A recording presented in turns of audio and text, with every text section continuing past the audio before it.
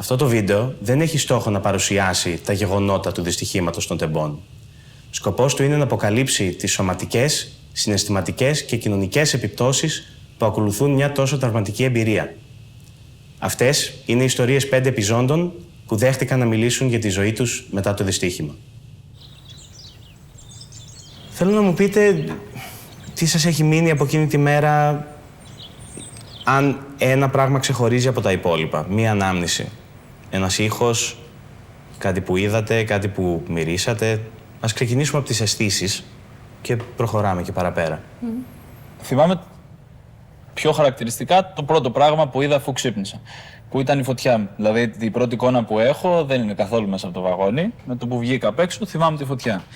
Αυτό είναι το πιο χαρακτηριστικό και θυμάμαι επίσης, εγώ δεν θυμάμαι μυρωδιά, θυμάμαι όμως ότι κάθε ανάσα που έπαιρνα με έκυγε. Ξέρεις, δηλαδή θυμάμαι ότι ήταν σαν να έχει πηχτώσει ο αέρας. Και έτσι όπως έκανες αυτό το πράγμα για να αναπνεύσεις, έκυγες μέχρι κάτω, ρε παιδί μου. Δεν ξέρω αν είναι ακριβώς αίσθηση. Εγώ θυμάμαι τη στιγμή, γιατί κοιμόμουν τη στιγμή της σύγκρουσης, θυμάμαι ότι ξύπνησα, ήμουνα στην τετράδα και πήγα να πέσω πάνω στους απέναντι, που καθόντουσαν απέναντί μου. Και θυμάμαι αυτό, να ξυπνάω και να κρατιέμαι από το τραπεζάκι στη μέση και θυμάμαι ότι το πρώτο πράγμα που έκανα ήταν να τους ζητήσω συγγνώμη, γιατί δεν είχα καταλάβει τι έγινε και νόμιζα ότι έπεσα πάνω τους. Εμένα νομίζω πιο πολύ μου έχει μείνει ο ήχος από τα τζάμια που σπάσανε. Γιατί ήταν όλο μαζί, σαν συγχρονισμένα. Πώς βλέπεις τις ταινίες και ακούς ένα μπαμ και σκάνε όλα. Και μετά οι πρώτες φωνές που άρχισαν να φωνάζουν βοήθεια και σώστε μας. Αυτό κυρίως ήταν για μένα εκείνο το βράδυ. Εγώ ήχους δεν θυμάμαι. Μυρωδιά θυμάμαι και εγώ με το που βγήκαμε. Όταν αναπολώ είναι απλά ένα πολύ γρήγορο που περνάει από μπροστά μου σχεδόν όλο μέχρι τη στιγμή που βγήκαμε. Οπότε δεν είναι κάτι συγκεκριμένο. Ήχους δεν έχω, δεν θυμάμαι ούτε τα τζάμια ούτε τίποτα. Περνάει από μπροστά μου το όλο. Δηλαδή οι πρώτες συγκρούσεις με τη θέση μπροστά, που μετακρατήθηκα, που μετά έγειρε το βαγόνι, την Εύη με την άκρη του ματιού μου να πέφτει κάτω. Αυτό. Σταυρούλα, εσύ είχες κάποια ανάμνηση από τη στιγμή εκείνη? Ναι. Αχ, είμαι λίγο ταραγμένη, παιδιά, εντάξει, σιγά σιγά θα το βρω. Εγώ θυμάμαι ότι ήμουνα αντίθετα με τη φορά της αμαξοστοιχείας και είχα γύρει πίσω να μήπως κοιμηθώ γιατί κατάλαβα ότι θα αργήσουμε.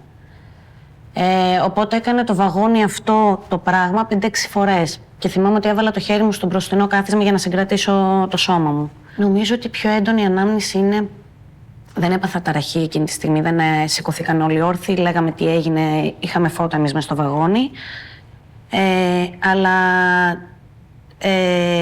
ταράχτηκα πάρα πολύ όταν άνοιξαν τις πόρτες με το 5, που είχε εκτροχιαστεί και δεν υπήρχαν φώτα και άρχισε να έρχεται καπνός από εκεί μέσα. Και σκέφτηκα ότι θα καούμε εδώ πέρα όλοι ζωντανοί. Γιατί μέχρι εκείνη τη στιγμή δεν είχε ανοίξει και η πόρτα του βαγονιού για να φύγουμε, να βγούμε. Αυτό είναι το πιο. Και αυτή η μυρωδιά που ανέφεραν προηγουμένως τα παιδιά, ότι ήταν κάτι πολύ περίεργο που δεν έχω ξαναμυρίσει. Μια πολύ περίεργη μυρωδιά. Δεν μπορώ να την προσδιορίσω καθόλου. Δεν θα σας θυμίζει τίποτα, μυρωδιά. Εμένα μου θυμίζει, δεν είναι ακριβώς το ίδιο, αλλά η μυρωδιά που μου το τριγκάρει περισσότερο είναι άμα μυρίσω σε κάποια πορεία κάδο που καίγεται, κάπως το σφυγγίτας μου λέει ότι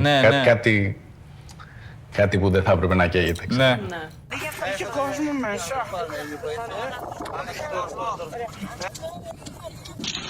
Θα βγουν όλοι το τρένο. Είστε όλοι από το τρένο. Όλοι έξω το τρένο. Για περιγράψτε εσείς λίγο παραπάνω όλο αυτό το σκηνικό που ζήσατε μόλις Εμείς παίζαμε ένα παιχνίδι στο κινητό, οπότε ήμασταν τελείως πολύ χαλαρά. Οπότε γίνεται αυτό. Το πρώτο που αισθανθήκαμε νομίζω περισσότεροι ήταν, επειδή το συζητάμε κιόλας, ήταν το φρενάρισμα. Ήταν αυτό το φεύγεις όλος μπροστά. Και ήταν 1, 2 και με το που πάει να γίνει τρίτο, έφυγε το δικό μας το βαγόνι και άρχισε να τσουλάει. Εγώ δεν κατάλαβα πώς έπεσα κάτω στο πάτωμα. Εγώ εκείνη την ώρα είχα κλείσει τα μάτια και έλεγα αποκλείεται. Ο Νίκος φώναζε τι γίνεται, τι γίνεται, τι γίνεται. Εσύ δεν το θυμάσαι. Εγώ αυτό δεν το θυμάμαι. Απλά βρέθηκα κάτω στο πάτωμα Και ουσιαστικά εδώ ήταν η θέση, εδώ ήταν η μπροστινή και εγώ ήμουν έτσι, με την πλάτη. Δεν ξέρω καν πώς έπεσα και πλάγια κιόλας και σφήνω στο χέρι μου στην μπροστινή καρέκλα. Πάνω στον πανικό, ο Νίκος έλεγε: δεν έχει σφινώσει το χέρι σου. Εγώ έλεγα: έχει σφινώσει το χέρι μου. Δηλαδή, μας πήρε λίγο κάποια δευτερόλεπτα όλο αυτό, αλλά μετά το βλέπει ότι δεν μπορώ να το βγάλω και παίρνει το κάθισμα και το κάνει ένα έτσι απότομα και το μπόρεσα και το έβγαλα. Στην αρχή της τραβούσα το χέρι, γιατί νόμιζα ότι όντως δεν έχει σφινώσει. Δεν τα θυμάμαι, τους διαλόγους δεν τους θυμάμαι καθόλου. Εγώ απλά θυμάμαι να ανοίγω τα μάτια μου και κατευθείαν νόμιζα ότι η Εύη μου φώναζε βοήθεια και γύρισα και την κοίταξα που ήταν με το χέρι έτσι εδώ σφινωμένο.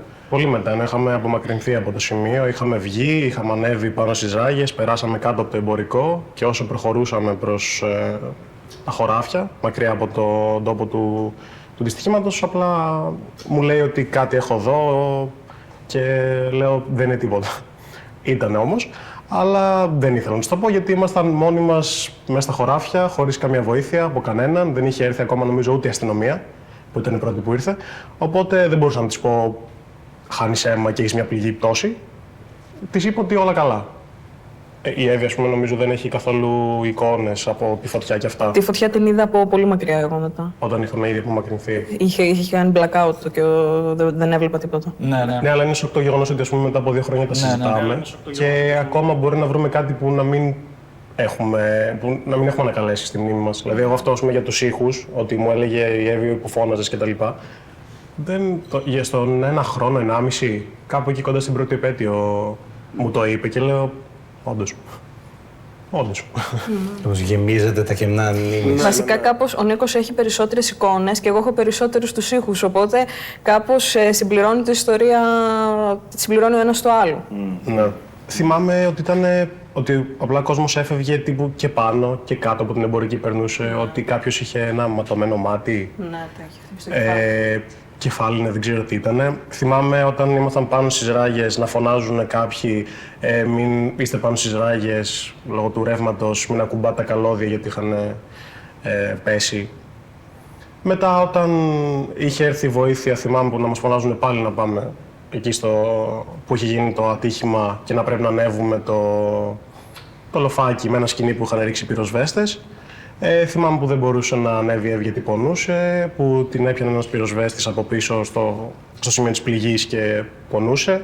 Να πηδάμε τις μπάρες του δρόμου και μετά πάνω όταν ανέβηκα θυμάμαι, το έχω στο μυαλό μου μάλλον σαν μια εικόνα ταινίας, κανονικά αμερικάνικη ταινία που έχει γίνει κάτι και είναι όλοι με καπνούς, όλο το σκηνικό με καπνούς, ασθενοφόρα, σιρήνες, τα φώτα της σιρήνας να κάνουν αντανάκλαση πάνω στον καπνό και άνθρωποι με ματωμένα κεφάλια, χωρίς ρούχα, χωρίς παπούτσια, με τρίπια παντελόνια, απλά να περπατάνε πέρα δόθ. Δηλαδή θυμάμαι 2 ανθρώπους, ο ένας καθόταν πάνω στην μπάρα του παραδρόμου και απλά κοιτούσε το άπειρο έτσι, δεν έκανε κάτι, με ματωμένο κεφάλι και ένας άλλος που είχε βάλει τα χέρια εδώ και απλά περπατούσε πάνω κάτω το δρόμο και αυτός κοιτώντας το άπειρο.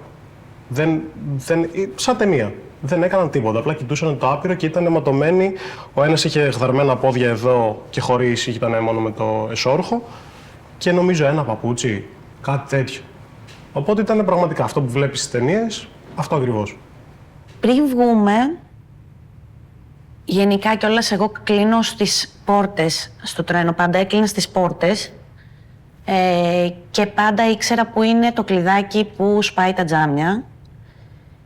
Και κάποια στιγμή φώναξα, υπάρχει ένα κλειδί εδώ για να σπάει τα τζάμια και έδειξα κιόλας να εδώ είναι και κάποιος μου είπε το πήρε κάποιος για να σπάσει τα τζάμια του 5ου βαγονιού.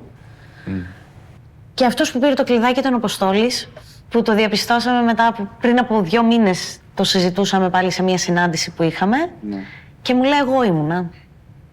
Και ήταν κάπως έτσι συγκλονιστικό ότι βρεθήκαμε όλοι οι άνθρωποι εκεί στο ίδιο σημείο, ας πούμε, χωρίς να γνωρίζεσαι. Και ξαφνικά συνειδητοποίησα ότι ένας ήταν λίγο πιο μπροστά, άλλος λίγο πιο πίσω, τον άλλο μπορεί να τον είχες δει, να τον είχες ακούσει. Και το ανέφερα πριν για τα που σου είπε κάποιος σε εσάς, αν μην πατάτε πάνω στις γραμμές, αν έχει ρεύμα. Μην τυχόν έχει ρεύμα, γιατί όταν βγήκαμε, βγήκαμε πάνω στις γραμμές και εμείς περπατήσαμε προς το τούνελ, προς την αερογέφυρα, κατά μήκος των γραμμών και θυμάμαι ότι φώναζα μην πατάτε πάνω στις γραμμές, μην τυχόν έχει ρεύμα. Και πάλι έτυχε να το ακούσει αυτό η Μαρία, που τη γνωρίζουμε τέλος πάντων, άλλη επιζήσασα, που το συζητήσαμε μετά από καιρό σε ποιο σημείο ήμασταν, που ήσουνα, και λέει, θυμάμαι ότι κάποιος φώναξε κάτι τέτοιο και της λέω εγώ ήμουνα. Είναι κάπως έτσι συγκλονιστικό να ξέρεις ότι βρέθηκες στο ίδιο σημείο και γνωρίζεσαι μετά και έχεις δει ίσως τα ίδια πράγματα. Κοινές αναμνήσεις. Ναι. Να πούμε κάπου εδώ βέβαια, sorry, ότι το πιο έτσι, ωραίο σε πάρα πολλά εισαγωγικά κομμάτι όλου αυτού ήταν η βοήθεια που είχαμε αναμεταξύ μας όσοι ήμασταν εκεί. Θυμάμαι πολύ χαρακτηριστικά ότι μας έδωσε κάποιος, για να ξυπνηθούμε λίγο με αυτό που γινόταν μες στο στόμα μας, ένα μπουκαλάκι νερό σε εμάς τους δύο, το οποίο ήταν τόσο. Είχε μείνει τόσο. Και ο άνθρωπος προφανώς θα μπορούσε να το κρατήσει για αυτόνα, θα μπορούσε, δεν ξέρω αν είχε κάποιον μαζί να το κρατήσει για αυτόνα. Μας το είχε δώσει, μας έδωσαν τα κινητά τους και ο κύριος στην αρχή, μπουφάν. Εγώ είχα πάρει μια μπλούσα ενός παιδιού που ήταν στο καρναβάλι στην Πάτρα και μου λέει: έχω μια κοντομάνικη, τι θέλεις? Του λέω: ό,τι είναι, φίλε. Ήταν Φλεβάρης και παγώναμε. Ναι. Γιατί είχαμε βγει με τα κοντομάνικα εμείς, γιατί στο τρένο είχε πάρα πολύ ζέστη εκείνη το βράδυ. Ναι. Και είχαμε βγάλει φούτρι και μπουφάν και προφανώς πηδήξαμε έτσι, γιατί είχε φωτιά. Και εγώ θυμάμαι που έλεγα στον Νίκο κρυώνω, προφανώς επειδή έχανε και πάρα πολύ αίμα από πίσω, αλλά ήταν και Φλεβάρης. Και έλεγα κρυώνω και έρχεται μια κυρία και μου λέει: θες να σου δώσω το μπουφάν μου? Και της λέω: όχι, δεν θέλω να στο στερήσω, λέω, γιατί και εσύ κρυώνεις.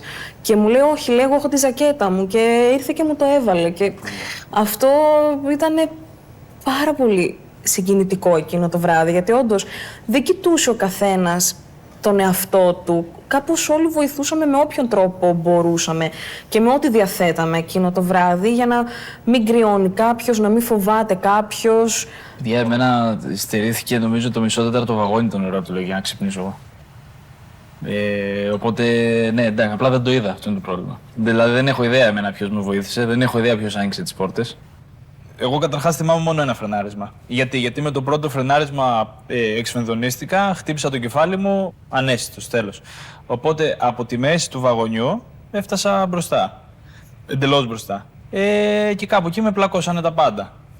Έτσι όπως ήμουν πλακωμένος, με γυρίσανε, ήμουν αλωσμένος στο αίμα και μετά απλά το μισό νερό το χρησιμοποίησαν για να δούνε τι γίνεται κάτω από τα αίματα. Και το άλλο μισό μπας και ξυπνήσου, γιατί ήμουν ανέστητος. Και είναι άνθρωποι που αυτό που λες, δεν έχουμε ιδέα ποιοι είναι, δεν είχαν ιδέα ποιοι είμαστε και μπορεί να μην ξανασυναντηθούμε και ποτέ, ας πούμε. Αλλά... Εσύ εκεί με το σφυρί τι θυμάσαι? Αυτό που είπε και η Σταυρούλα πριν είναι ότι το δικό μας το βαγόνι ήταν το πρώτο που στάθηκε στις ρόδες του, δεν έφυγε, ούτε έγειρε. Οπότε πήρε λίγη ώρα, δεν μπορούσαμε να ανοίξουμε τις πόρτες. Στην αρχή κάποιοι προσπαθούσαν να σπάσουν τα παράθυρα με κλωτσιές και με αντικείμενα, με ό,τι υπήρχε. Μέχρι που φώναξε κάποιος για το σφυράκι. Και πήγα, εγώ το πήρα και το έδωσα σε κάποια παιδιά που προσπαθούσαν εκείνη την ώρα να σπάσουν το παράθυρο της πόρτας. Μετά από λίγο άνοιξε και η πόρτα για το πέμπτο και εγώ εκείνη τη στιγμή κατάλαβα ότι δεν έχει σταματήσει απλά το τρένο απότομα. Κατά μία έννοια ήταν λίγο δύο κόσμοι, δηλαδή πράγματα που άκουσα μετά από εσάς, ας πούμε, εκείνη τη στιγμή δεν μπορούσα να τα συλλάβω. Και αυτό, είδαμε το πέμπτο βαγόνι που ήταν το δικό μας όρθιο και το πέμπτο ήταν έτσι, σκοτεινό και έβγαινε καπνός.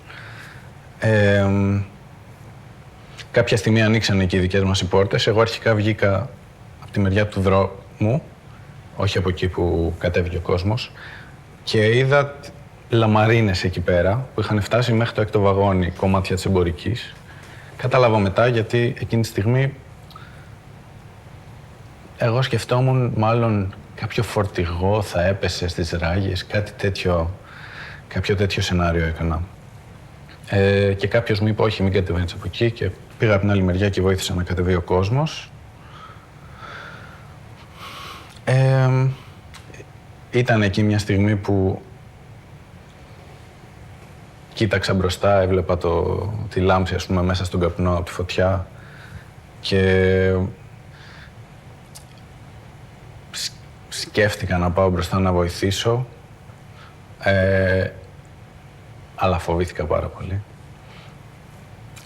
Και μου πήρε πολύ καιρό να το επεξεργαστώ αυτό. Πριν να την κάνεις αυτή τη σκέψη, τώρα μαθαίνω για πρώτη φορά, ήδη είχες βοηθήσει κόσμο.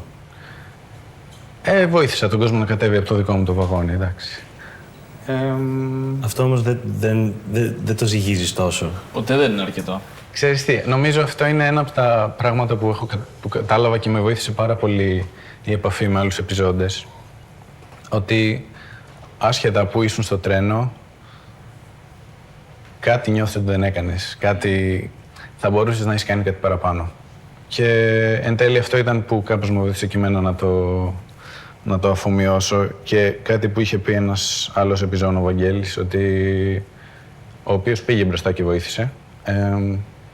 Και το συζητούσαμε αυτό και είπε, ρε παιδιά, βγάλατε τους εαυτούς σας από εκεί μέσα, κάνατε τη δουλειά των διασωστών πολύ πιο εύκολη και αυτό είναι κάτι, ας πούμε. Εντάξει, είναι δύσκολο, δηλαδή λογικά το καταλαβαίνω, αλλά συναισθηματικά ακόμα εντάξει. Αυτό, βγήκα έξω, πήρα τηλέφωνο τα 3 άτομα που ήξερα θα με ψάξουν το πρωί, πήρα τους γονείς μου, το συγκάτοικό μου και την τότε σχέση μου. Τους είπα κάτι έχει γίνει στο τρένο, δεν ήξερα κι εγώ τι. Άμα δείτε κάτι στις ειδήσεις, μην τρομάξετε. Καλά είμαι. Εντάξει. Η συνειδητοποίηση ότι είχαν συγκρουστεί 2 τρένα ήρθε πολύ μετά. Δηλαδή, μέχρι που το διάβασα στις ειδήσεις, δεν περνούσε καν από το μυαλό μου. Δεν ήταν στη λίστα με τα σενάρια που έκανα και έκανα πολλά σενάρια. Ναι.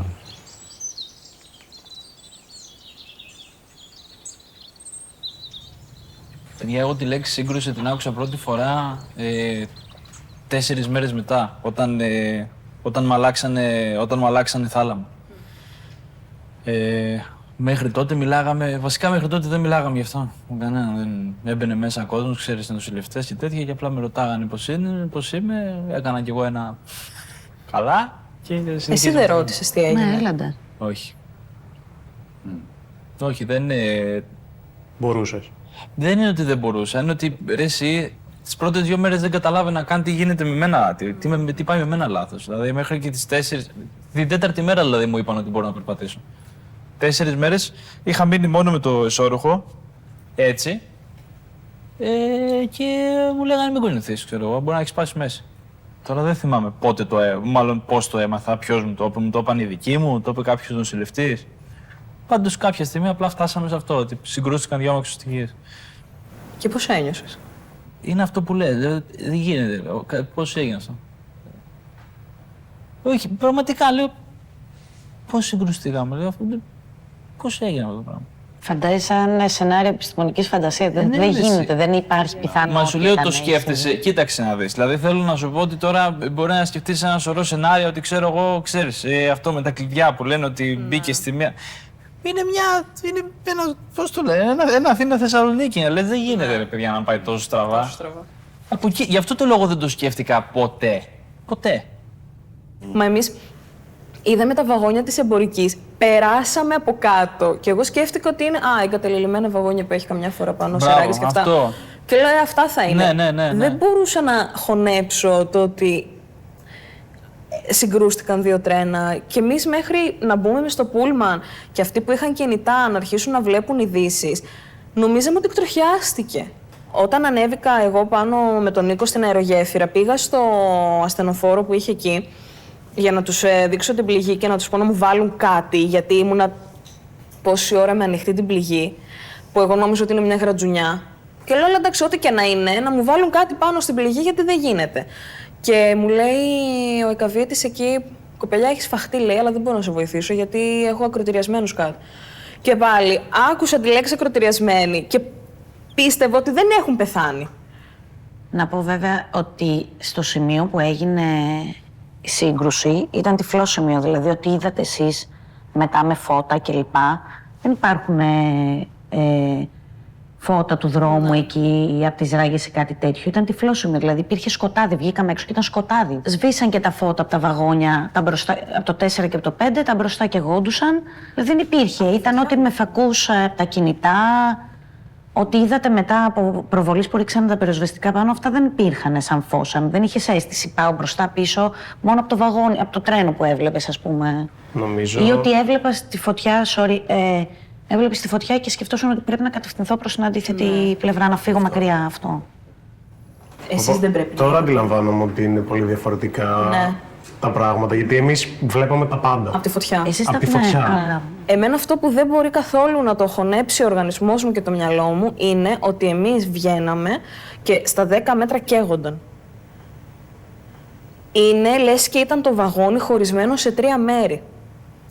Και ο καθένας ζούσε εκείνη τη στιγμή το δικό του διαφορετικό Γολγοθά.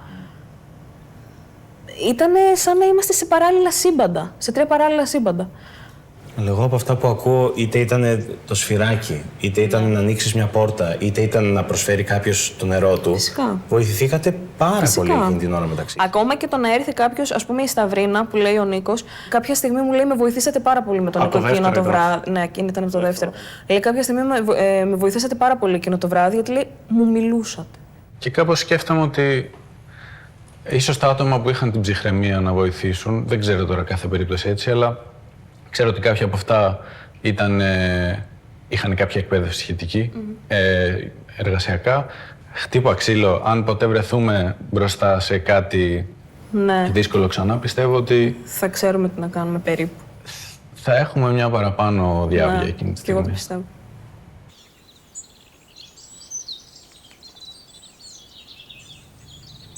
Πείτε μου λίγο πώς ήταν η εμπειρία στα πούλμαν που σας επέστρεψαν όσους σας επέστρεψαν στη Θεσσαλονίκη. Θυμάμαι τα 2-3 λεωφορεία με τη σειρά, μπήκα σε κάποιο και μπήκανε αστυνομικοί μέσα και μας καταγράψαν ονοματεπώνυμο και τηλέφωνο. Και κάποια στιγμή ανέβηκε κάποιος στο λεωφορείο, ένας επιβάτης, δεν ήταν ένστολος, ούτε κάποιος δηλαδή από τα γιατρός, ξέρω εγώ, νοσηλευτής, οτιδήποτε τέτοιο, πυροσβέστης, και είπε ότι έχετε κάτι που δεν χρειάζεστε, ρώτησε μέσα στο λεωφορείο, έχετε κάτι που δεν χρειάζεστε, κανένα μπουφάν, κανένα σεντόνι παλιό, το χρειαζόμαστε για να σκεπάσουμε τραυματίες. Και θυμάμαι του είπα ότι έχω ένα φούτερ, θέλεις να στο δώσω? Και κατέβηκα στα πράγματά μου, γιατί εμείς από το 6 πήραμε τα πράγματά μας, είχαμε φώτα κλπ. Και θυμάμαι ότι κατέβηκα και άνοιξα το σάκο και του έδωσα ένα φούτερ. Εγώ θυμάμαι, οι γονείς μου είχαν πάει στο σταθμό, στα τρένα, γιατί υπέθεσαν ότι θα είναι κάποιος υπεύθυνος εκεί να τους ενημερώσει τι έγινε, που πήγαν εκεί και βρήκαν μια security μόνο, που τους είπε ότι είχε πέσει φορτηγό πάνω στο τρένο, και είχαν μαζευτεί προφανώς και άλλοι συγγενείς, φίλοι ατόμων που ταξίδευαν, και όταν μπορούσε και μιλούσαμε στο τηλέφωνο, θυμάμαι ότι με ρωτούσε, γιατί ρωτούσαν οι γονείς, μιλάς με το παιδί σου, ρώτα αν έχετε Δημήτρια Σλανίδη εκεί, Αγάπη, ονόματα, και δεν απαντούσε κανείς και της έλεγα, εντάξει, μην αγχώνεστε, θα είναι στα άλλα, δεν θα είναι στο δικό μου. Εγώ συνέχιζα με αυτό το σκεπτικό ότι δεν έχει πεθάνει κάποιος. Θυμάμαι να είμαστε στο πούλμαν και θυμάμαι, ήταν 2 παλικάρια που καθόντουσαν στις μπροστά θέσεις από μένα και ένας από αυτούς έψαχνε όλη την ώρα στο κινητό ειδήσεις και μας έλεγε τι έβρισκε. Και θυμάμαι αυτό στην αρχή να ακούγεται για μια νταλίκα ότι είχε πέσει στις ράγες.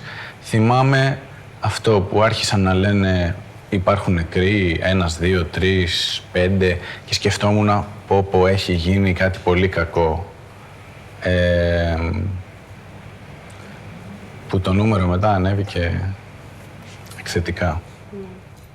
There was about 350 passengers on board at the time of the collision. Killing at least 29 people and injuring another 90. It's just after 8 o'clock in the morning there. So far, more than 36 people are confirmed dead. At least 60 of the 72 injured people have been taken to the hospital for treatment. This recovery work will go on for at least a week. As we watched, again and again, ambulances took away more bodies. Όταν φτάσατε στη Θεσσαλονίκη, τι βρήκατε? Είχαν προφανώς ήδη μαζευτεί από ώρα δημοσιογράφοι πάρα πολύ στο σταθμό που μας άφησε το πούλμαν. Οπότε αυτό, άνοιξαν οι πόρτες και θυμάμαι να το σκέφτομαι από πριν ότι αν με σταματήσει κάποιος με κάμερα αυτή τη στιγμή θα τον χτυπήσω. Οπότε κατέβηκα με κάτω το βλέμμα, ας πούμε, και έφυγα κατευθείαν.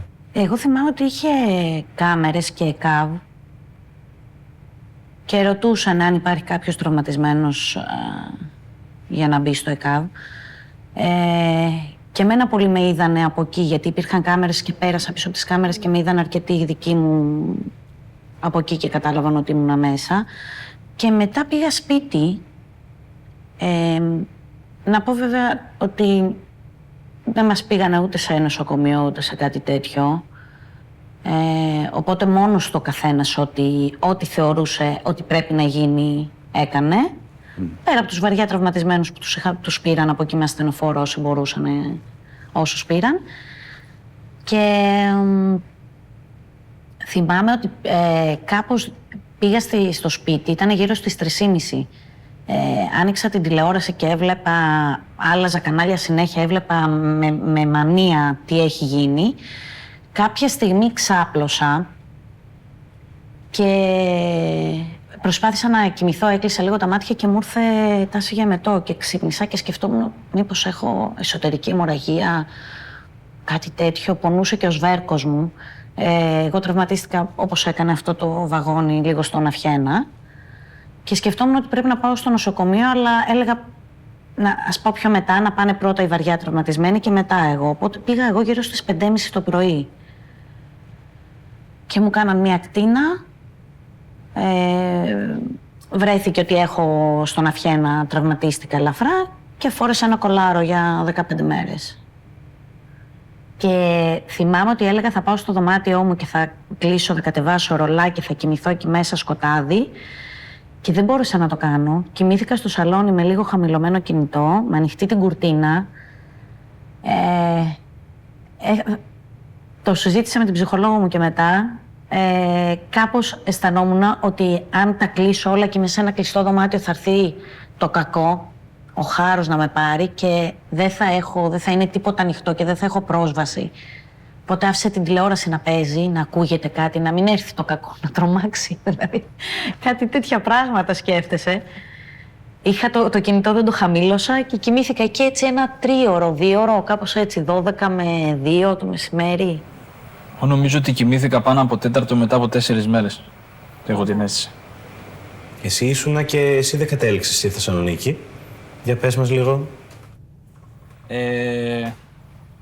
Εγώ μετά από κανένα μισάωρο, τουλάχιστον μισάωρο από ό,τι κατάλαβα, γιατί τώρα πιάναμε από μαρτυρίες.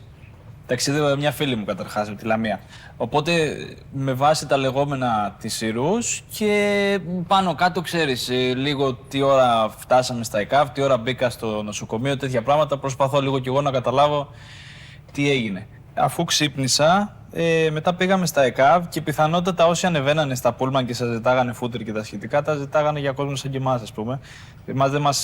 Εμείς δεν είχαμε ούτε κουβέρτες ούτε τίποτα. Δηλαδή την ώρα που φτάσαμε εμείς στην αερογέφυρα, όπως κατά τη λένε, δεν υπήρχε πλέον για μας, ας πούμε, βοήθεια. Απλά περιμέναμε κάποια στιγμή, περίμενε ο καθένας, προσπαθούσαν οι διασώστες να εκτιμήσουν λίγο την κατάσταση του καθενός και να πούνε ότι τώρα θα φύγει ο Αντώνης, ξέρω εγώ, μαζί με άλλους δυο.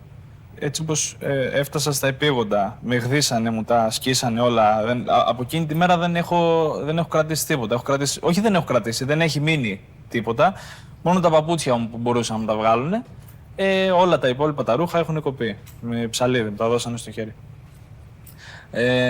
Οπότε κάνα 20 λεπτό μετά έφτασα σε μια από τις κλινικές, εν πάση περιπτώσει. Εγώ ήμουν στο Πανεπιστημιακό, στη Λάρισα.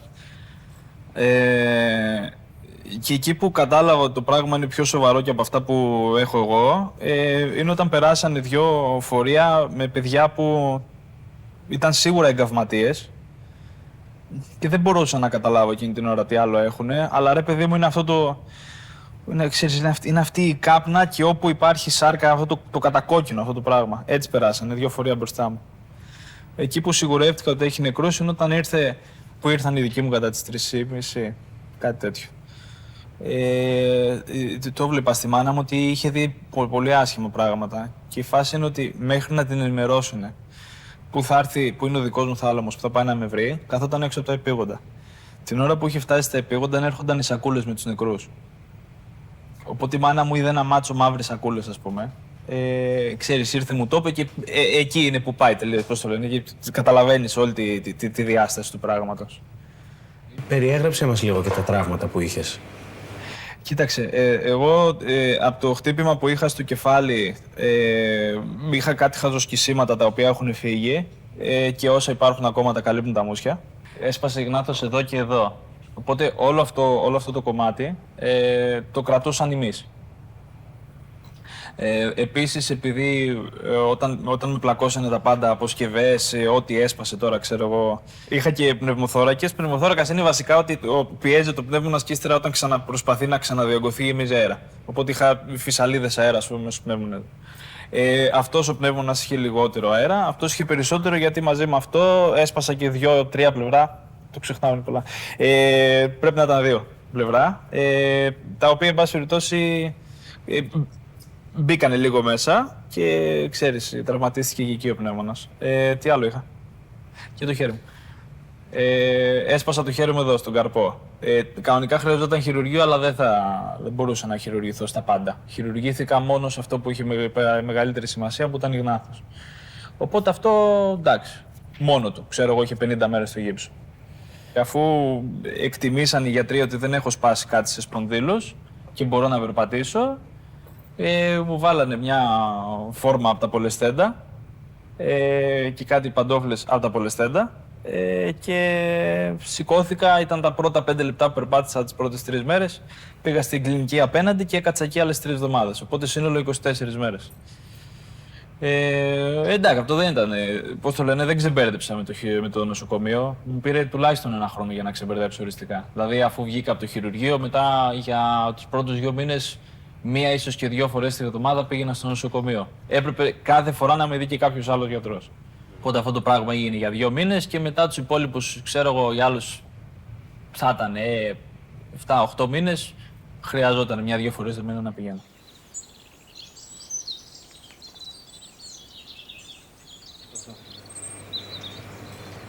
Θέλω τώρα να επιστρέψουμε τις πρώτες μέρες και τις πρώτες εβδομάδες μετά που γυρίσατε σπίτι ή όπου ήσασταν. Πώς νιώθατε και πώς εμφανίστηκε το μετατραυματικό στρες? Την Τετάρτη το πρωί, ξημερώματα, μπήκα στο νοσοκομείο και βγήκα την Παρασκευή το μεσημέρι. Όταν γύρισα, κάθισα να φάω με τους δικούς μου, γιατί και εκείνη την ώρα άρχισα να νιώθω ότι θα μπορούσα να μην είμαι εδώ, θα μπορούσα να έχω πάθει κάτι χειρότερο, ότι Χριστέ μου πόσο δεν εκτιμάμε πράγματα της καθημερινότητας και κάτι τόσο απλό όσο το φαγητό με τους γονείς μας ή με τους ανθρώπους μας. Εμένα γενικά μετά ήρθαν όλοι μου οι φίλοι στο σπίτι για να με δούνε. Δεν ήθελα να κάθομαι μόνη μου, ήθελα να τους δω όλους, γιατί μου βγήκε πάρα πολύ αυτό το ότι δεν θα μπορούσα να μην ξαναδώ κανέναν και ήθελα συνέχεια να είναι όλοι στο σπίτι. Ήταν επί 1 εβδομάδα συνέχεια κόσμο στο σπίτι. Αλλά τα βράδια που ξέρεις, έφευγε ο κόσμος, κοιμόντουσαν οι δικοί μου, ήταν λίγο πιο δύσκολο γιατί και δυσκολευόμουν να κοιμηθώ και όταν κοιμόμουν έβλεπα εφιάλτες, έβλεπα τρένα, φωτιές. Το χειρότερο ήταν το πρώτο βράδυ που γύρισα, που έβλεπα έναν τάφο και είχε πάνω το όνομά μου και ξέρεις, είχε από δίπλα καπνούς και τέτοια. Και με τάραξε πάρα πολύ, γιατί εγώ στις πρώτες μέρες πίστευα όπως η Σταυρούλα ότι δεν έπρεπε να έχω σωθεί και ότι κάπως θα μου συμβεί κάτι κακό για να αποκαταστήσει το λάθος που έγινε στο τρένο, ότι θα πρέπει να έχω πεθάνει. Και κάτι θα συμβεί, θα πεθάνω στον ύπνο μου, θα μου πέσει κάτι στο κεφάλι και θα σκοτωθώ. Ήμουν απεπισμένη ότι θα πεθάνω μέσα στις επόμενες μέρες από το τρένο. Το κάρμα σε κυνηγάει. Ναι. Και επειδή στην τηλεόραση τότε προφανώς και έπαιζε αυτό το πράγμα από το πρωί μέχρι το βράδυ, δεν μπορούσα ούτε να δω κάτι, να ξεχαστώ. Με το που άνοιγαν λίγο τη τηλεόραση και κατευθείαν πετιόταν η εικόνα από το τρένο, με πιάναν τα κλάματα, το οποίο έγινε και μέσα στο νοσοκομείο, γιατί είχαμε τηλεόραση εμείς στο δωμάτιο. Και εγώ ήμουνα με 2 κυρίες, τη Μαρία και την Κατερίνα, οι οποίες με βοηθούσαν πάρα πολύ. Γιατί δεν μπορούσα ούτε να σηκωθώ, ούτε να φάω, δεν μπορούσα να πιάσω τίποτα γιατί ήμουνα καμένη εδώ και αποβαίνω με τον ορό. Και δεν μπορούσα ούτε τις απλές κινήσεις. Αυτό εδώ δεν μπορούσα να το κάνω γιατί είχα εγκάφματα.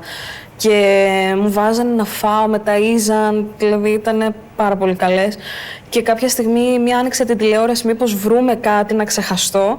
Και πέσαμε πάνω στις ειδήσεις και θυμάμαι ότι έπαθα κρίση και άρχισα να φωνάζω και να ουρλιάζω και να κλαίω. Και ήρθαν οι γιατροί και μου λένε τι έπαθες και λέω δεν είμαι καλά, έκλαιγα, φώναζα, δεν μπορούσα να πάρω ανάσα, είχα πάθει κρίση πανικού και ήταν η πρώτη που έπαθα, μετά έπαθα κι άλλες γενικά. Ήταν πολύ δύσκολο αυτό που περνούσαμε και ψυχολογικά, γιατί δεν είναι μόνο τα σωματικά τραύματα, γιατί αυτά καλώς ή κακώς κάποια στιγμή περνάνε. Τα ψυχικά δεν έχουν περάσει ακόμα και τώρα, δηλαδή μπορεί να φθήνουν, αλλά πάντα υπάρχει κάτι μέσα σου το οποίο και μπορεί να σε τρομάξει και το οτιδήποτε. Και εμείς να θεωρούμε ότι τώρα είμαστε καλά, μπορεί με ένα φρενάρισμα να σου ξυπνήσουν όλες οι μνήμες και να πάθεις πανικό. Είναι πολύ περίεργο, είναι πολύ σε τεντωμένο σχοινί περπατάμε όλοι εμείς νομίζω μετά το τρένο για το πότε θα κάνει αυτό και θα μείνουμε εκεί. Η πρώτη δύσκολη συνειδητοποίηση που κάνεις είναι ότι δεν περνάει. Ναι.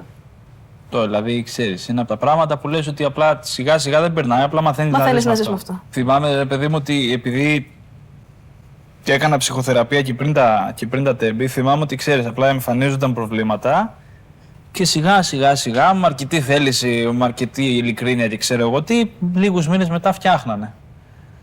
Και ξέρεις, θυμάμαι ότι ήταν η πρώτη φορά που μου το είπε και η ψυχολόγος μου ακόμα μέσα στα μούτρα μου, ρε παιδί μου, ότι δεν είναι έτσι αυτό το πράγμα τώρα. Πάει, με αυτό το πράγμα είναι εκεί, πάει, κάθεται εδώ, όπως το λένε.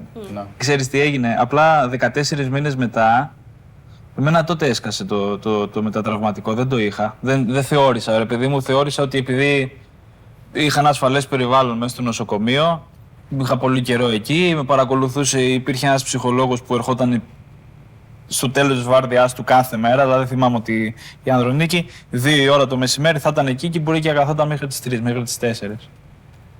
Είχα θεωρήσει, ρε παιδί μου, ότι λίγο με τον ένα με τον άλλο τρόπο, εμένα, ξέρεις, πέρασε και δεν με ακούμπησε. Αλλά όχι, απλά ξέρεις, ο οργανισμός σου καμιά φορά είναι λες και ξέρει καλύτερα από σένα ότι πρώτα πρέπει να φροντίσεις αυτά που έχεις, τα σωματικά ας πούμε, και τα ψυχικά θα έρθουν και αυτά.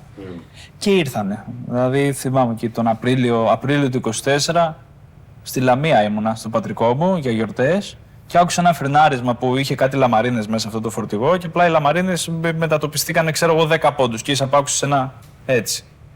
Απλά επειδή ήταν ακριβώς δίπλα μου και επειδή στη Λαμία δεν φοράω ακουστικά που φοράω συνήθως στον δρόμο, ήταν η πρώτη φορά που ήρθα κατευθείαν σε επαφή με αυτό το ερέθισμα. Και με πάγωσε, το θυμάμαι, δηλαδή ότι ήταν η πρώτη φορά και μετά τα τέμπη ακόμα που 3 λεπτά, ρε παιδί μου, δεν... Απλά πάγωσα και κοίταγα την πλατεία. Και μετά ξύπνησαν όλα, ξέρεις, μετά, πώς το λένε, snowball. Μέσα σε μια εβδομάδα, ας πούμε, δηλαδή ήταν το μόνο πράγμα που δούλευε μέσα στο μυαλό μου. Αγόρια, αν θυμάμαι σωστά κι εσείς τον πρώτο καιρό, σας πήρε λίγο καιρό για να το νιώσετε και να το επεξεργαστείτε. Εγώ βρισκόμουν σε πλήρη άρνηση. Από την πρώτη μέρα δηλαδή είπα δεν θα πάω στο νοσοκομείο, μια χαρά είμαι. Θα πιάσω δουλειά κατευθείαν. Αφού δεν χτύπησα, ας πούμε, σωματικά, όλα κουλέ. Εκείνη τη μέρα, την πρώτη μέρα, ήταν ο πατέρας μου Θεσσαλονίκη. Είχε ανέβει από Αθήνα μερικές μέρες πριν. Και πήγα και τον βρήκα που καθόταν με ένα φίλο του και ο πατέρας μου με σύστησε ως ο γιος μου, ξέρω εγώ, που ήταν στο τρένο, για πες μας, ξέρω εγώ, πώς ήτανε. Και εγώ δεν ήθελα... Ήθελα να ανοίξει εκεί να με καταπιεί. Δεν ήθελα να σχετίζομαι με αυτό το πράγμα, καθόλου. Θυμάμαι ότι είχα πει σε όλους μου τους φίλους ότι όσοι το ξέρετε, δεν χρειάζεται να το μάθει κανένας άλλος. Όταν συζητιόταν θύμωνα, Είναι πολύ σοβαρό αυτό για να το συζητάμε έτσι στις παρέες μας, ξέρω εγώ. Όταν ήταν συνέχεια, τον πρώτο καιρό που ήταν συνέχεια στην τηλεόραση και έμπαινες, ας πούμε, σε ένα μαγαζί να αγοράσεις κάτι και έπαιζες στην τηλεόραση ειδήσεις, τέμπη, ήθελα να πληρώσω να φύγω, ας πούμε, δεν άντεχα να... Γενικά δεν ήθελα, δεν άντεχα να είναι γύρω μου κάπως αυτό, ήθελα να το κρατήσω κάπως μακριά. Που εν τέλει αυτό δημιούργησε μια ουσιαστικά απομάκρυνα πολύ κόσμο, έτσι. Γιατί το χρειαζόμουν και ήταν πράγματα που με έτρωγαν και τρόμαζα με το παραμικρό φρενάρισμα που γινόταν γύρω μου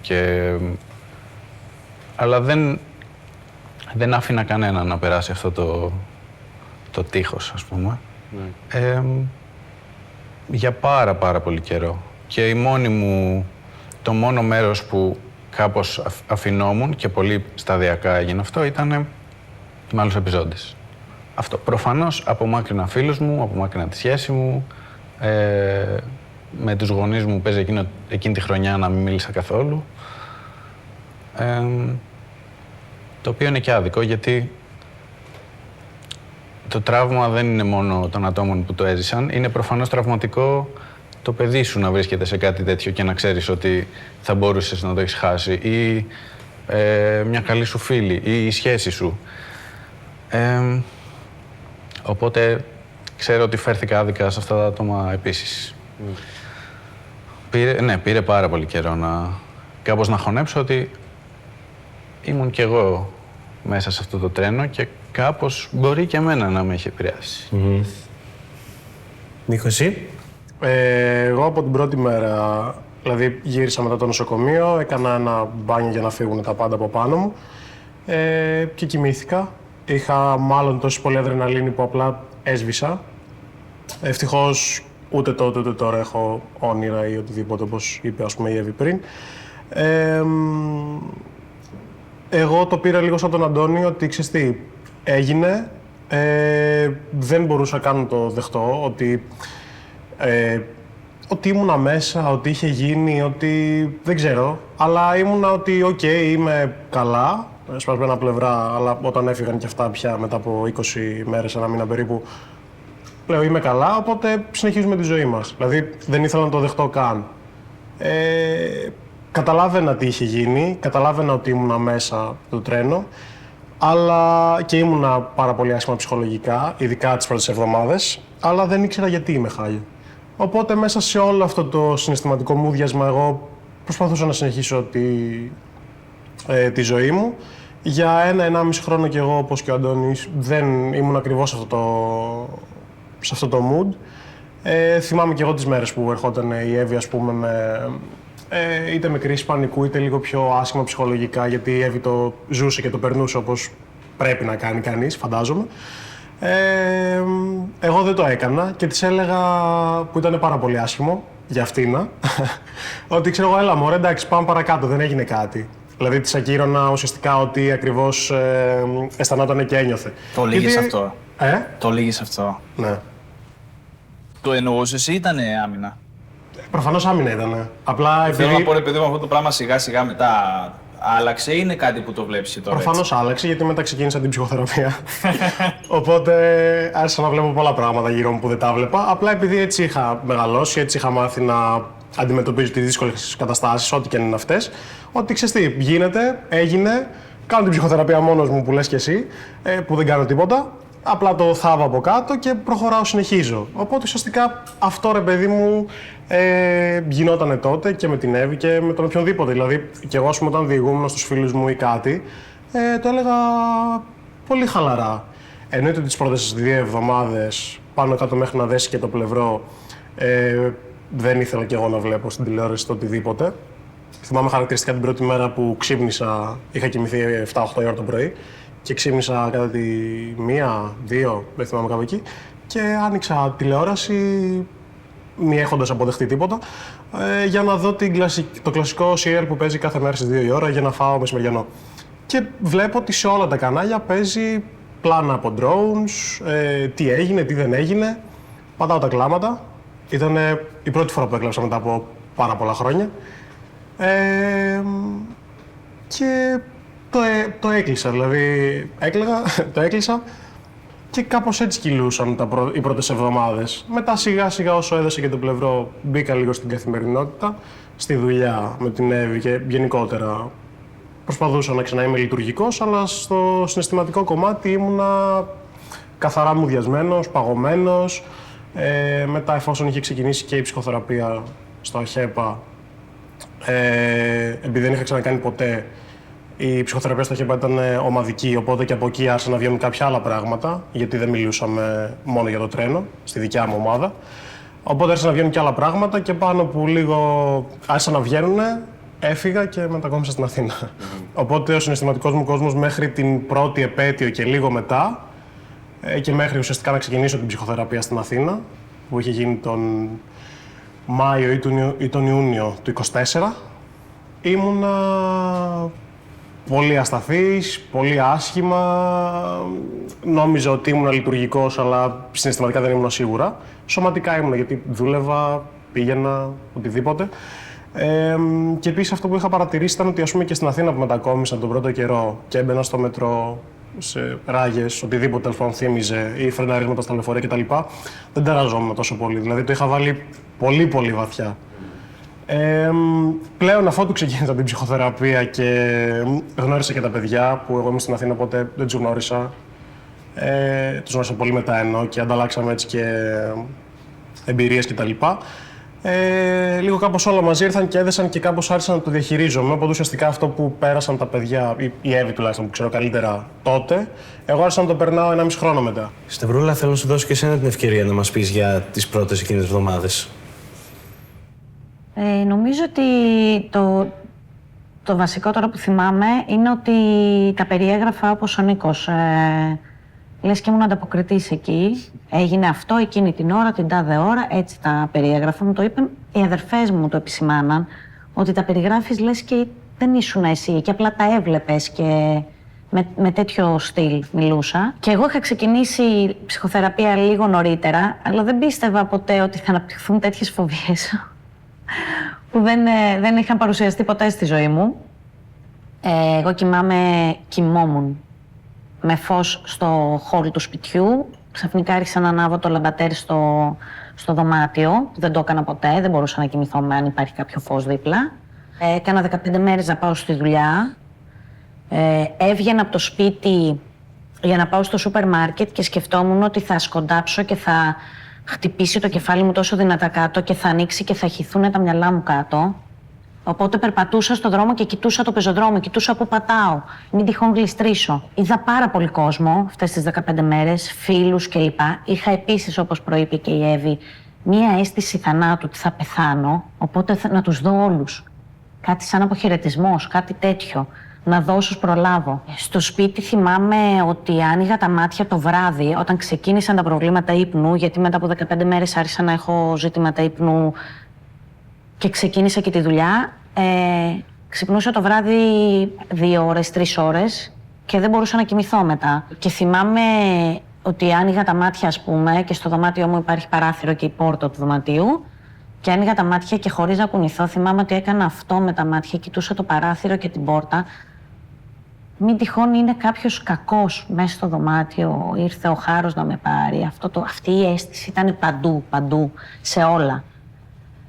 Πολύ συχνά ήμουνα, ας πούμε, στον καναπέ του σπιτιού μου και χάζευα, ξέρω εγώ, τηλεόραση, έβλεπα κάτι και σκεφτόμουν ότι τώρα όντως υπάρχω, ζω. Και έπαιρνα το τηλέφωνο και έπαιρνα κάποιον δικό μου τηλέφωνο και απαντάω, μιλάει κι αυτός, άρα είμαι όντως εδώ, υπάρχω. Πολύ συχνά έπαιρνα το κινητό και έβλεπα τις εικόνες του τρένου και έκανα zoom και σκεφτόμουν εδώ ήσουνα, σε αυτό το σημείο ήσουνα, εκεί, βάλ' το στο μυαλό σου, εδώ ήσουνα, εδώ. Και μετά έλεγα δεν παίζει να ήμουν και δεν υπάρχει τέτοια πιθανότητα. Πώς έγινε αυτό, τι έγινε. Έπαθα μια κρίση πανικού στη δουλειά, που επίσης δεν είχα ξαναπάθει και δεν ήξερα τι είναι αυτό το πράγμα. Άρχισα να με πνίγει κάτω το κλάμα και από την ανάσα μου. Και μετά, το πρόβλημα με τον ύπνο ήταν πολύ σημαντικό γιατί δεν έβγαινε η μέρα στη δουλειά. Έπρεπε να πάω να δουλέψω, έπρεπε να γίνουν κάποια πράγματα μέσα στη μέρα. Να πω βέβαια ότι εμένα με βοήθησε η δουλειά, γιατί με έβαλε σε ένα πρόγραμμα. Τύπου έπρεπε να ξυπνήσω, έπρεπε να γίνουν κάποια πράγματα του σπιτιού, το φαγητό μου, τα ρούχα μου, τα πάντα όλα. Μπήκα δηλαδή σε κάποιο πρόγραμμα, με βοήθησε αυτό, ότι ξεκίνησε με κάποιο τρόπο η καθημερινότητα. Και δεν έκλαιγα, δεν έχω κλάψει δηλαδή τόσο το ίδιο σκεπτικό, δηλαδή δεν έκλαιγα. Απλά θυμάμαι ότι έκανα πολύ χιουμοράκι με το τρένο. Μου ερωτούσαν πώς είσαι και έλεγα τρένο με πάει. Ή μου έλεγα... στραβάσα να με πάτησε τρένο. Ναι, ή έλεγα ας πούμε σήμερα είμαστε, αύριο δεν είμαι. Κάτι τέτοια έλεγα. Κάπως έτσι ήταν οι πρώτες μέρες. Το χιούμορ γενικά φαντάζομαι το χρησιμοποιήσατε όλοι σαν αυτό. Ναι. Από την πρώτη στιγμή. Δεν θα έβγαινε αλλιώς. Άμα καθόμασταν να το επεξεργαστούμε στην σοβαρότητα της κατάστασης, νομίζω ακόμα θα ήμασταν σε μη λειτουργική φάση. Το ότι κάπως πήγαμε όχι να το διακομωδήσουμε, γιατί δεν διακομωδείται αυτό το πράγμα, να το δούμε λίγο πιο... Βρούμε σημεία τα οποία σηκώνουν λίγο χιούμορ. Λίγο χιούμορ, αυτό. Ναι, νομίζω πιο πολύ ήταν το δικό μας ενδεχόμενο θάνατο. Ναι. Κάναμε χιούμορ, όχι κάτι που συνέβη. Ήταν αυτό το σήμερα είμαστε, αύριο δεν είμαι. Ναι. Ότι κάπως ελαφραίνεις μια συνειδητοποίηση ότι ήσουν κοντά. Και κάπως μετά, κάπως συμφιλιώνεσαι και με την ιδέα του θανάτου, ότι εντάξει, έχω έρθει τόσο κοντά, δηλαδή εγώ με τον Νίκο το κάνουμε full αυτό το σχόλιο μεταξύ μας όταν μιλάμε, τύπου έλα μωρέ, εντάξει, τα πεθάνουμε. Σιγά, εμείς είμαστε. Ή με την τύχη που έχουμε, ξέρω εγώ τι θα γίνει, θα μας πέσει κάτι, θα μας πλακώσει το κεφάλι. Και κάπως λίγο, εγώ τον φοβόμουν πάρα πολύ το θάνατο πριν το δυστύχημα, φοβόμουν πάρα πολύ να πεθάνω. Κάπως μετά το δυστύχημα, είμαι σε φάση ότι, οκ, μέσα στη ζωή είναι, το είδες να σου έρχεται εδώ, οπότε... Εγώ προσωπικά δεν έχω συμφιλειωθεί με το θάνατο. Έχω συμφιλειωθεί με το θάνατο των άλλων. Ούτε εγώ. Την ιδέα δηλαδή ότι κάποιος σήμερα είναι και αύριο δεν είναι, μου είναι πολύ... Την έχω επεξεργαστεί μες στο μυαλό μου. Το δικό μου το θάνατο τον φοβάμαι 1000 φορές περισσότερο από ό,τι τον φοβόμουν μέχρι εκείνο το βράδυ. Εγώ για τα τέμπη έχω κλάψει 2 φορές. Η πρώτη φορά ήταν εκείνο το βράδυ, την πρώτη στιγμή που έμεινα μόνος μου, όταν κλείσανε το παραβάν. Έπεσε για ύπνο ο κύριος Αχιλλέας και δεν είχαν έρθει ακόμα δικοί μου και θυμάμαι ότι κοίταξα το ταβάνι και απλά και μόνο επειδή δεν μπορούσα να καταλάβω πώς είχα φτάσει μέχρι το κρεβάτι. Τι πήγαινε λάθος, τι πήγε λάθος εκεί και τι πάει λάθος με μένα τώρα και τι κάνουμε από εδώ και πέρα. Πώς να σου το πω, μια απελπισία που έβραζε ρε παιδί μου εκείνη την ώρα. Δηλαδή δεν μπορούσα να την ορίσω. Δεν ξέρω, ήταν απελπισία, δεν ξέρω τι ήταν. Δηλαδή θυμάμαι ότι απλά 3 λεπτά, δεν είναι κράτηση παραπάνω, αλλά ήταν 3 λεπτά που ξέρεις, θολώσανε τα μάτια μου. Δεν μπορούσα κιόλας. Το ένα χέρι ήταν στο γύψο και το άλλο ήταν, πώς το λένε, στον καθετήρα. Δεν μπορούσα να τα κουνήσω κιόλας, οπότε απλά έσταζα. Ο λόγος λοιπόν που τον φοβάμαι πολύ το θάνατό μου είναι γιατί εκείνη τη μέρα, λίγο αφού έκλαψα, συνειδητοποίησα ότι από όλα τα πράγματα που ονειρευόμουν για να κάνω, δεν έχω κάνει τίποτα. Και λέω, μαλάκα, τόσο καιρό προσπαθείς, το φέρνεις από εδώ, το φέρνεις από εκεί και δεν έκανες τίποτα και θα έφευγες. Και τώρα, γι' αυτό το φοβάμαι ρε παιδί μου, κάθε φορά λέω ότι δεν μου φτάνει, καταλαβες. Δηλαδή νομίζω ότι θα κάτσω, πώς να σου το πω, αν μου έλεγες ότι υπάρχει τρόπος να κάτσεις σε αυτόν τον κόσμο 300 χρόνια, ξέρεις μετά από 300 χρόνια να πω δώστε μου άλλα 100. Θέλω, είναι κάτι ακόμα που θέλω να δοκιμάσω. Θες να ζήσεις. Ναι. Μπράβο. Είμαι πολύ team Αντώνης. Και πάνω σε αυτό που είπες τώρα να πιαστώ, είναι η τέλεια ευκαιρία να μιλήσουμε για τις ομαδικές συνεδρίες που έγιναν στο ΧΕΠΑ, στις οποίες γνωριστήκατε και οι περισσότεροι μεταξύ σας, από ό,τι κατάλαβα. Εμένα προσωπικά μου πρόσφερε η ομάδα μία ταύτιση με κάποιους ανθρώπους που έχουν ζήσει ίδια πράγματα. Το δεν είμαι τρελός. Το δεν είμαι τρελός, ότι σκέφτονται και οι ίδιοι Δηλαδή, τους περιέγραφα αυτό που άνοιγα τα μάτια μου το βράδυ και σκεφτόμουν να έχει έρθει ο Χάρος μες στο σπίτι να με πάρει και κάποιος θα συμπλήρωνε, θα έλεγε και εγώ κάπως έτσι, και εγώ το ίδιο σκέφτομαι, και εγώ αυτό. Ίσως προς απογοήτευση των ψυχολόγων που μας έλεγαν να μην κάνουμε παρέα εκτός της ομάδας, πολύ γρήγορα δεν μπορούσε να γίνει αυτό κάπως. Τελειώναμε την ψυχοθεραπεία και πηγαίναμε μετά για τσίπουρα, ξέρω.